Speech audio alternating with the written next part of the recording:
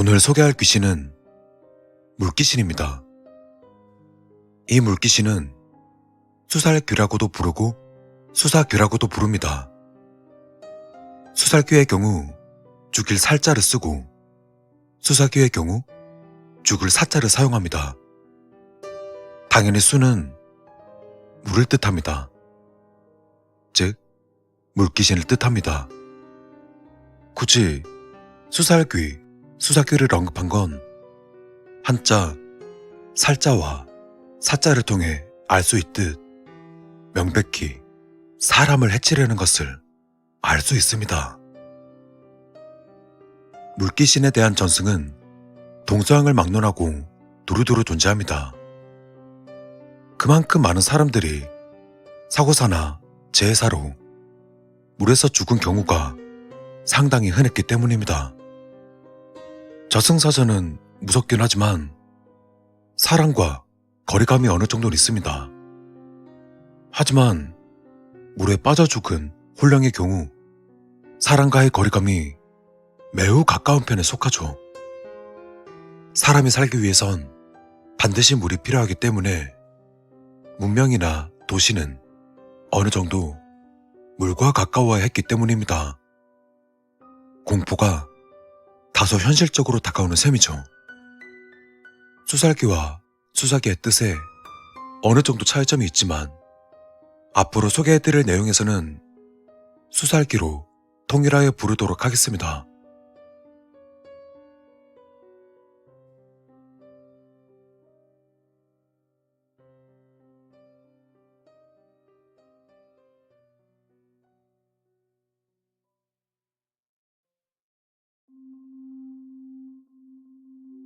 수살귀의 성질. 앞서 언급했듯 명백히 수살귀는 사람을 해치려 드는 귀신입니다.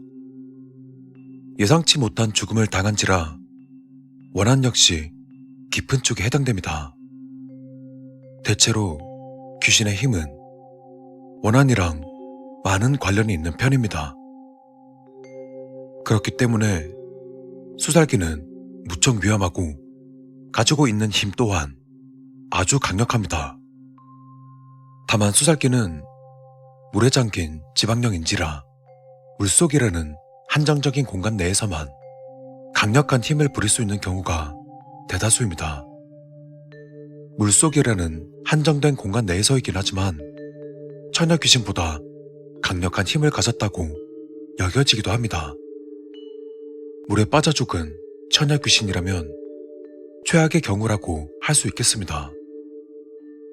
사고로 죽은 귀신들이 대체로 그렇듯 이 수살귀 역시 자신이 죽었다는 사실을 받아들이는 것을 힘들어하는 경우가 아주 많습니다. 이 과정에서 살아있는 사람에 대한 정당한 근거 없는 분노를 가지게 되는 경우가 많습니다.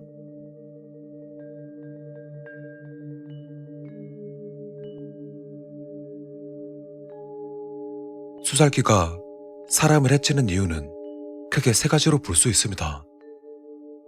수살귀는 왜 사람을 죽이는가? 첫 번째, 심심하니까. 헛소리가 절대 아닙니다. 아, 심심한데 사람이나 죽이면서 놀까? 이런 개념이 아닙니다. 수살귀는 지방령인지라 자신이 빠져 죽은 곳에서 멀리 이동하지도 못하고 만약 그곳이 호수 같은 곳이라면 외부로 나올 수도 없다 보니 수살귀는 외로운 겁니다. 의사소통이 가능한 누군가를 원하는 겁니다. 즉, 친구를 만든다는 개념으로 물에 들어온 사람을 해치는 경우는 이 수살귀가 사람을 죽이는 첫 번째 이유입니다. 두 번째, 조금 더 강해지기 위해서 사람을 해침으로써 그 사람의 혼을 먹는다든가 가지고 있는 기운을 강탈한다는 그런 개념으로 이해하시면 쉽습니다. 근육을 만들기 위해서 헬스인들이 닭가슴살을 먹는 것과 비슷하다면 비슷하다고 할 수 있습니다. 귀신이 사람을 해함으로 인해 힘을 키울 수 있다는 이야기는 수살기뿐만 아니라 여러 전승에서 찾아볼 수 있는 형태 중 하나입니다.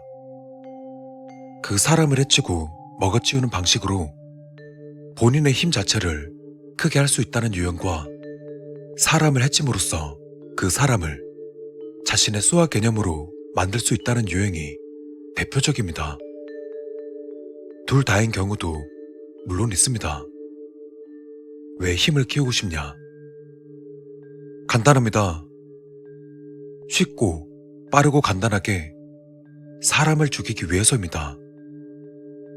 사람을 죽이기 위해서 사람을 죽이는 셈이니 꽤 곤란합니다. 세 번째, 자신의 신세를 면하기 위해서. 수살기는 자신의 죽은 물에 갇힌 지방령의 성질을 가지고 있습니다. 그래서 자신의 자리를 메워줄 다른 사람을 마련해서 그 자리를 채워 넣으면 수살기는 자유를 얻을 수 있다고도 합니다. 이건 다른 지방령이나 다른 귀신들에게서도 종종 찾아볼 수 있는 형태입니다. 대표적으로 창규가 있습니다. 지방령이라고 부르긴 좀 애매한데 창규란 호랑이에게 변을 당해서 죽은 사람의 혼령을 의미하는 단어입니다. 이들은 땅에 묶인 게 아니라 자신을 죽인 호랑이에 묶여있다고 볼 수 있습니다. 창기가 호랑이에게 벗어나기 위해서는 누군가를 끌어들여 호랑이에게 먹이로 주고 자신의 자리를 그 사람으로 채워야 한다는 전승이 상당히 많습니다. 이러한 이유로 수살기 역시 사고를 당한 그 물에서 벗어나려 사람을 해치는 형태가 세 번째 항목에 해당하다고 볼 수 있겠습니다.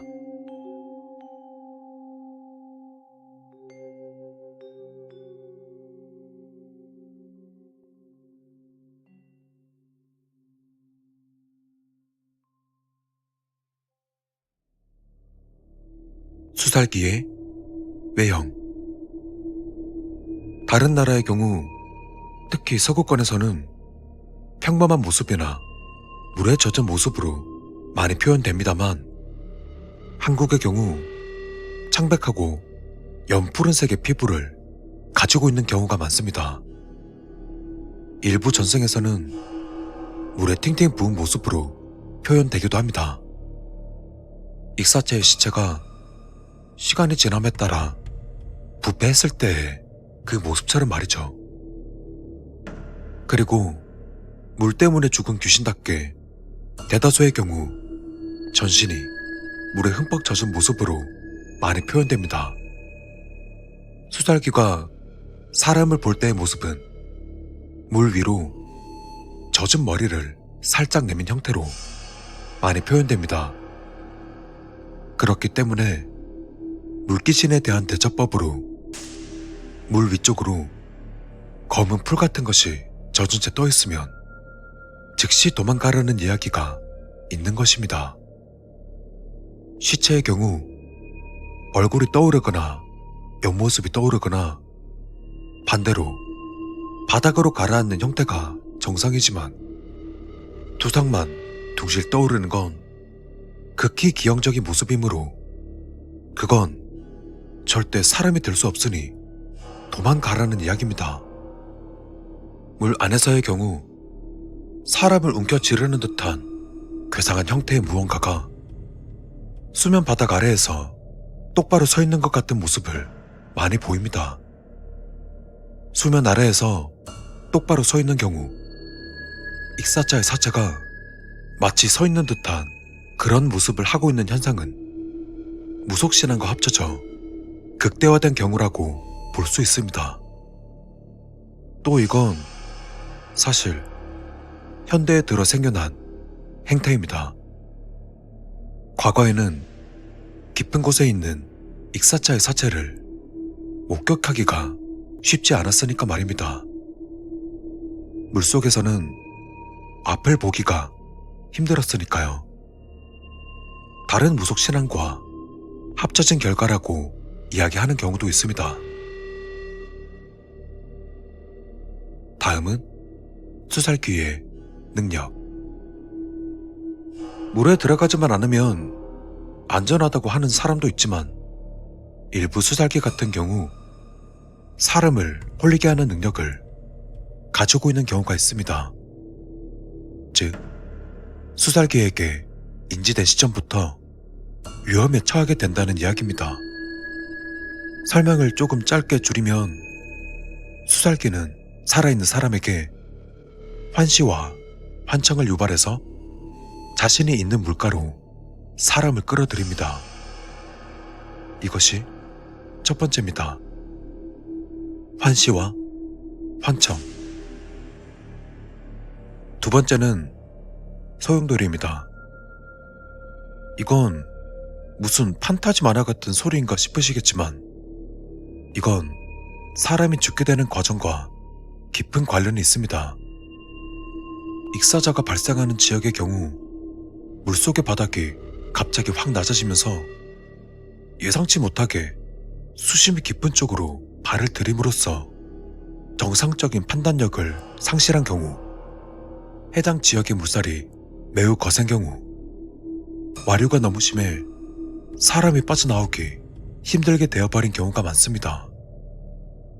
예전 무속신앙에선 이 거센 와류와 물살을 물귀신이 부리는 힘이라 해석한 경우도 많았습니다. 그렇다 보니 물귀신은 물을 조정할 수 있다거나 소용돌이를 일으킬 수 있다는 식의 전승이 남게 되었습니다. 세 번째, 물리적인 완력입니다.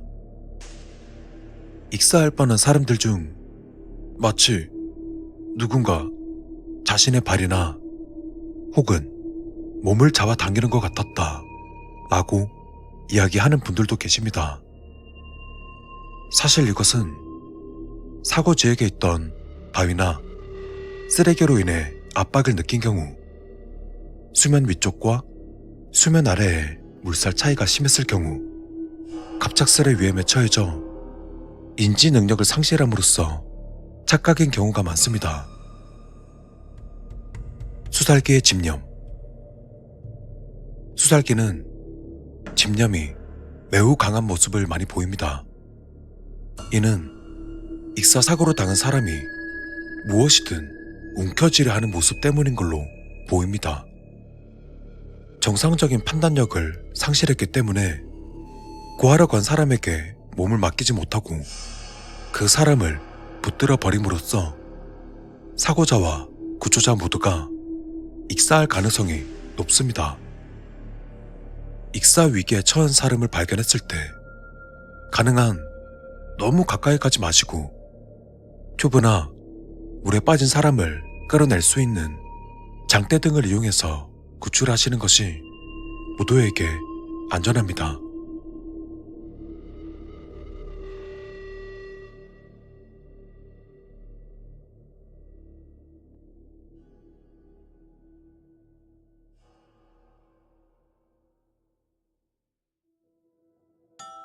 수살귀의 천도.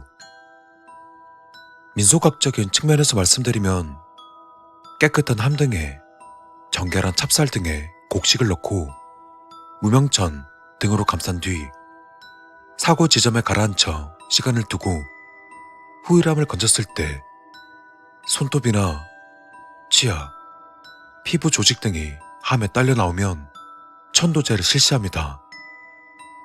이 행위를 보통 너것이라고 부릅니다.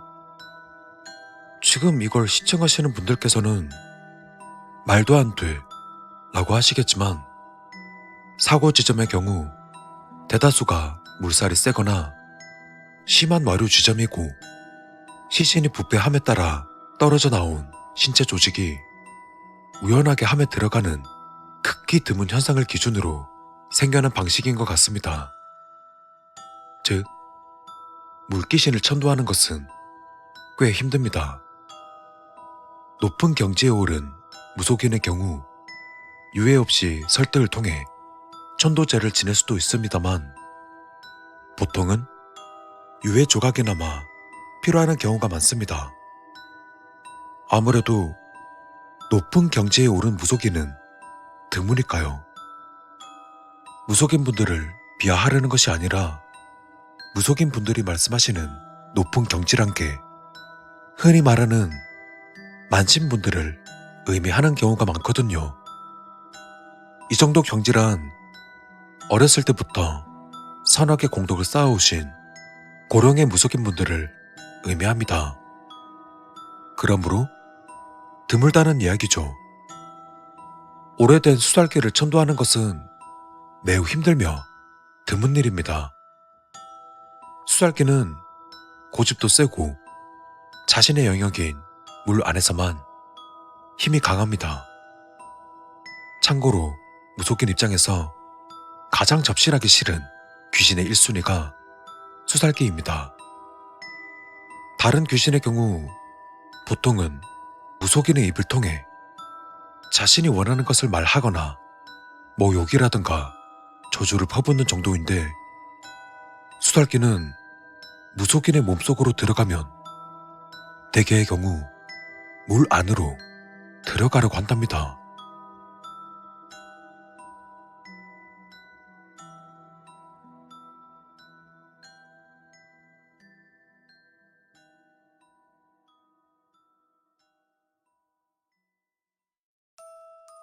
오늘은 수살기에 대해서 알아보는 시간을 가져보았습니다.